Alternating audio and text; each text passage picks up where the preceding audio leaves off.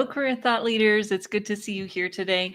And we are live talking about how we can help clients navigate through labor market data and what that means for us in our careers and how we can make it expansive and not limiting. So I've been sharing some labor market data in the last few weeks, and people have said, oh, there's this challenge when you share labor market data that then people get stuck on a certain industry. So I want to walk you through how we can think about that differently and how we can help our clients get more from that data, both by going a little bit deeper as well as then going a little bit broader to identify the opportunities that it's pointing to, not necessarily only the openings. Because of course it is pointing to some potential openings by looking at that data, but more importantly, it's looking at opportunities. And this is one of the conversations that I loved from very first in my career in this space.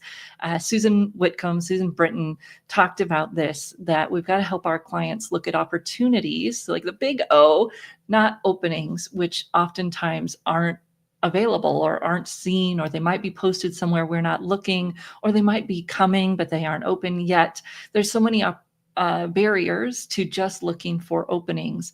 And how do we instead focus on looking at opportunities? So that's what we're going to be talking about today. And how do we leverage some of the data that we do have to get better at looking for opportunities, but not take it to this place where it becomes minimizing or pigeonholing, and we're stuck looking at specific industries that may or may not be a good fit, may or may not be growing in your specific area, all of those things that, and maybe reasons that this specific thing doesn't work for you or for your clients. So let's look at some of the labor market data that we've been sharing. The first one was some information that actually LinkedIn does their economic data every month, I guess. And they had sent this to everybody, and we turned it into some slides that we could use with our clients, that we could share with you all. And feel free to say hello if you're joining us. We'd love to hear from you and know what you're thinking about this data and what you're seeing in your area. Or let me know if my mic isn't working or something like that. Just say hello. Love to hear from you all. And okay, so here is the labor market data that we've been putting together. This is jobs posted on LinkedIn in October. Now, this is important because in October, we saw a downslide of the Bureau of Labor data from the US, but this data from LinkedIn showed a different picture. Now, of course, the data from LinkedIn is global. It's looking at different things, but I noticed that most of the companies in here have a US presence, if not being a US company. So here's some of the data that they saw. Healthcare, doing well, not surprising. Now, one of the things that I want to talk about here on this slide is employers like CVS, and you'll see other employers pop up through this slide deck that are not have good news, right? CVS just announced they'd be laying off a whole bunch of people. And there's different stories, there's different things going on, but we've got to realize and help our clients realize that these bigger companies are sometimes like 6 different companies. They have different divisions who might be doing well and other divisions who aren't doing well. And some of them are better than others at redistributing people from the division that's not doing well to the division that is. So just because a company is laying off doesn't mean that they might not be hiring in roles that our clients are interested in. So that's the first nugget here that we want to take away from this one. Then the other thing that we see as we look through those, so the next one is construction, and all the construction companies that you see here. And so here's where I'll talk about one of the other ways that we can broaden this conversation. So you might look at this and your client goes, well, I'm not in construction. Well, let's look at these companies and think about who do they hire that might do what you do. So these big companies, they hire accounting, they hire IT, they hire leaders. They hire many different types of people, even though they're in the construction industry. We don't need to think about it specifically in terms of just those jobs or the jobs that would stereotypically come to mind because we're talking about construction. So we're expanding the conversation based off of this graphic, right? That yes, construction is doing well, but what does that mean for me? What types of roles might it open up? Then we look at manufacturing. Similar thing. You might not be on the manufacturing floor, but what does this mean for you? The other thing we can think about here are other companies that these types of companies are depending on. So, who are their suppliers? Maybe who are their customers, depending on what level they're in terms of the manufacturing supply chain. It's not just talking about this one microcosm, it's looking at all of the other things that they do. So we could plug into, search. My favorite would be in Perplexity AI, but I could go in there and I could ask, based on these companies being doing well right now, what other companies should I consider, or industries? So, who are their suppliers? Who are their customers? What other businesses are going to be doing well because these people are doing well? And we could expand the conversation a little bit, even if our client isn't in manufacturing or doesn't necessarily feel like they would be a good fit in this specific little tiny vertical, right?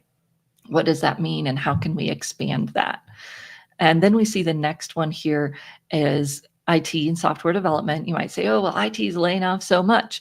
Or, all right, again, let's think about another instance here where we see Amazon, well, they just laid off a whole bunch of people. That doesn't mean that they're not hiring, and it doesn't mean that one business unit might be doing really well just because the other business unit isn't doing well. And I think their most recent layoff had to do with the transition in Alexa technology. So there's other areas that are doing fine. I'd love to hear if your clients are working any of these, if they're seeing any of this, and how you might be using this data to help folks make a transition. So then the last one here, accounting and finance. When we think about those types of jobs, right, they can be done in any industry. So if these companies are doing well, it might mean that there's opportunities in different companies as well doing this kind of work, maybe combining it with some of the slides we just saw before. These industries are doing well. Their people might be getting taken, poached, if you will, from a construction company to go work at one of these big firms. And if I'm interested, I could be that backfill. So it's creating movement and opportunities, and we can talk with our clients about what that looks like. And maybe there's one more here. Yeah, legal. So again, what does this look like? How might it impact other companies who might be benefiting from this, even though it's not a legal company? And what other roles do these companies hire that might be a good fit for my candidate?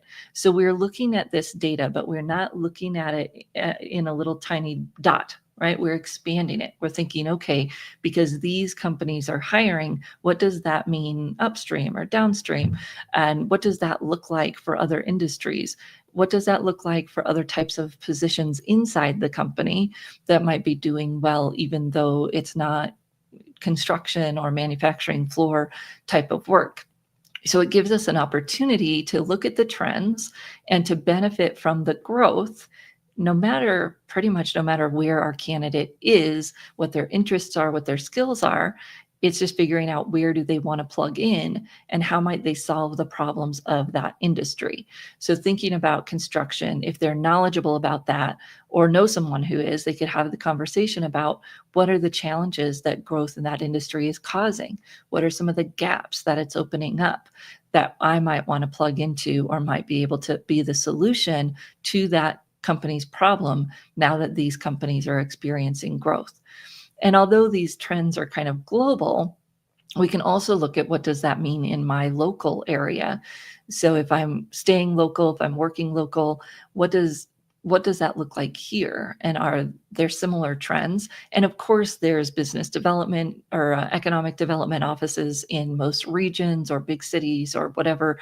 Even northern Colorado with some littler cities, they had their own business development, economic development office, where we could see how do these trends show up in those places as well. So then the second one that we looked at was a little bit different because it was just a conversation that led to an out of the box thinking. And this is really what we're trying to do with our clients, right? As we are looking at these trends and we're thinking, okay, how does this apply to you, or how could it apply to you?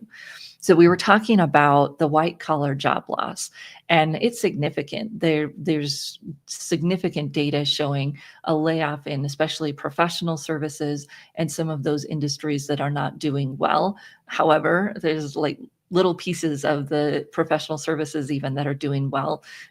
And that's where I had started, was okay, if these sectors in white collar are not doing well, what does that mean, and what sectors are doing well? And as we're having this conversation with our colleagues, they said, well, what about blue collar? I was like, oh my gosh, of course, our white collar workers have many opportunities inside blue collar companies or even blue collar jobs, depending on what their interest is and what they might want to do. So then we dug in and we started saying, okay, what's going on in the blue collar space? And I started to research what are some of the blue collar jobs that are growing that might be different than what you think about. So most of us have seen the show or seen Mike Rowe talking about dirty jobs. Well, what does it look like when it's not a dirty job? Because not all blue collar jobs are. So robotics technicians, one of the growing jobs based on Bureau of Labor Statistics, and it gives us some companies that we might think about. But again, we want to expand on that. So if these companies are hiring, what does that mean for companies that are upstream, downstream, similar companies? I might ask for companies that are more mid-sized or smaller. I might ask for companies that are in my geographic area. I mean, ABB is huge, creates lots of opportunities, but they may not be hiring in your client's area, but some of their suppliers or customers might be, and that's going to have an impact. Their growth is going to have an impact on companies that may be closer to your client's interests or closer to your client's geography. So it's just thinking about how we can make an expansive conversation instead of a limiting conversation when people see some of this data, or we might use some of this data to help us spur a client in some other directions, or think about some different things they might do if they're stuck, right? If they're thinking, oh, there's no opportunities, and that minimizing attitude that we get when we're stuck in transition, what else might be out there? So automation specialists, and not too surprising, but again, even if you're not a techie, what does this mean for those businesses? Marketing, sales, accounting, all of those functions will need more people if the company as a whole is growing and doing more business. So we could look at these companies, we could look at similar companies and get some ideas of places where we might find opportunity, which is, again, the whole purpose here is to give that expansion opportunity. Wind turbines, I was just reading an article about how Vestas, the carbon fiber windmill manufacturer, who has an office here in northern Colorado, actually, how they're one of the biggest green employers in the US, even though they are a Danish company, I believe. And so there's big opportunity here for people. You don't have to be on the floor making the carbon fiber. All of the surrounding opportunities, all of the support and sales and all of those jobs are things that our clients might be interested in doing.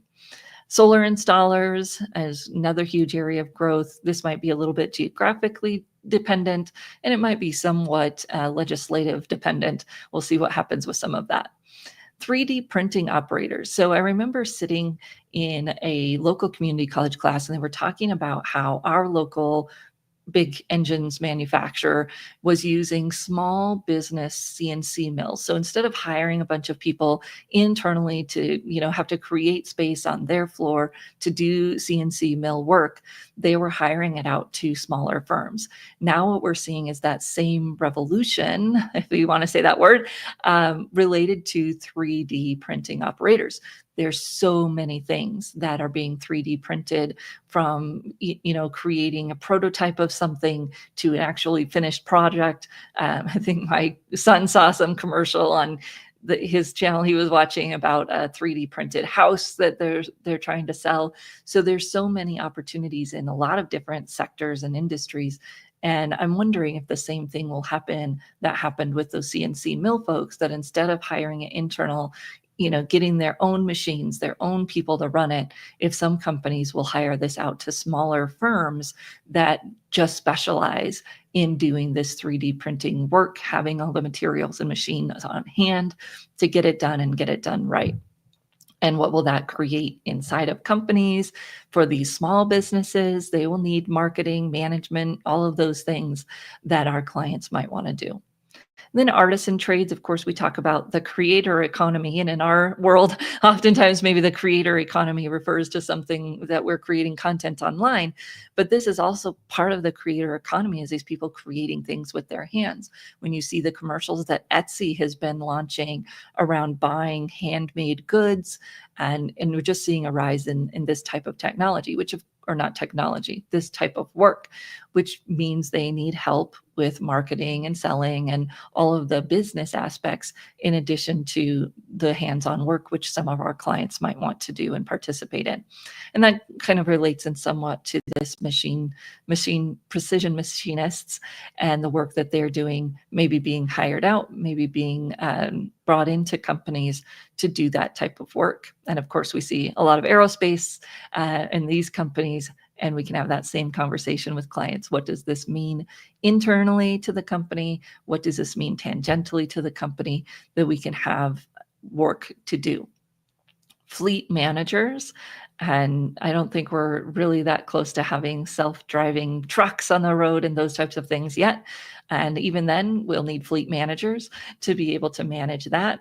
If this is something people are interested in, it's a lot like project management, right? It might be a good transition for someone even who's done technology project management to move into doing this kind of logistics work, or our clients who have been in logistics to move into this kind of work, managing the fleet instead of managing the materials and goods.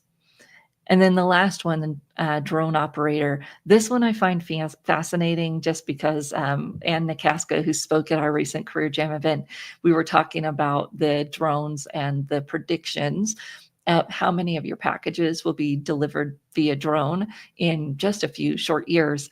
It's kind of hard for me to envision, but you're going to see, of course, those drones will be autonomous, but they'll still need drone operators to manage some of those as well, and not just related to the other things you might think about with drones. Lab technicians, again, what does that mean? What are they supporting? Who is supporting them? What does that look like? And if we're not going to go into that field, how might we support it? Energy auditors, how can we help people be prepared to do this or support companies who do? And I thought this was interesting, the companies listed here, and I'd have to dig a little bit more about that, but the companies listed there weren't ones that I would have known do that. So we can take that labor market data and we can say, okay, what types of companies are hiring for this? And there's so many ways that we can research that now. You go to Perplexity AI and you type it in. What I like about Perplexity AI is that it gives you the resources, the sources to go and read, but it also, if it doesn't know, it will tell you it doesn't know or it can't find that information, which is comforting when you're trying to do this kind of data dive. And then you could go look at companies similar to the companies that you've seen in the Department of Labor or whatever it might be kind of report. If they're talking industries, you can go look at what types of companies are hiring in that industry. Then you could say, okay, what are the companies that are related or adjacent to those companies that will also benefit if those companies see growth? And you just get this spider web that you can do going out to find what are the opportunities for our clients, even if they're not looking specifically at the openings that this specific whatever report we might be looking at talks about. So what does that mean? How do we take it bigger?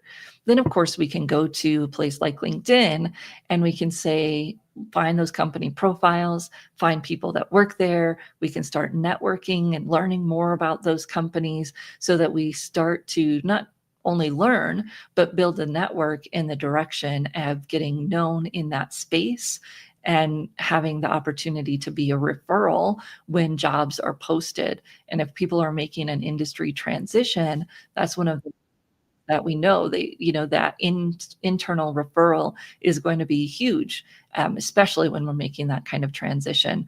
And they can start to build those relationships as they do their research and they're commenting or whatever they want to do on LinkedIn or other social channels to really understand the companies and to uncover other opportunities, not just wait for there to be a posted position.